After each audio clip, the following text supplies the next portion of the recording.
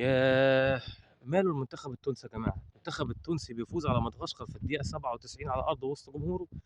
نتيجة طبعًا يعني نقول لحق نفسه لحق نفسه،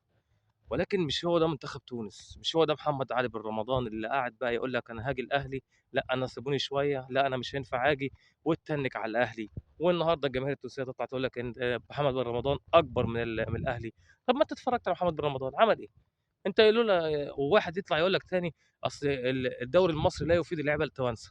طب إزاي لا يفيد اللعيبة التوانسة وأنت عندك فرجاني ساسي امبارح هو اللي كان كسبان، هو اللي كسبك الماتش، طب قبل كده كان المهاجم بتاعك الأساسي بتتكلم في مهاجم الزمالك يعني معلش يعني أنت النهارده بتتكلم في علي معلول، أنت بتتكلم في لعيبة كتير، ما هي بتفيد المنتخب التونسي برضه، أنت ليه بقى مصممين النهارده إن أنت منتخب تونس اللعيبة اللي بتلعب في الدوري المصري بتبقى ضعيفة مع منتخب تونس، طب ليه؟ مين اللي قال الكلام ده؟ طب اتفرج بقى على أنت بتتكلم على محمد علي بن رمضان لو جه الأهلي أحسن والّا يلعب مع فريق في المجر؟ أنا شايف إن الطبيعي إن هو لو لعب مع الأهلي أحسن،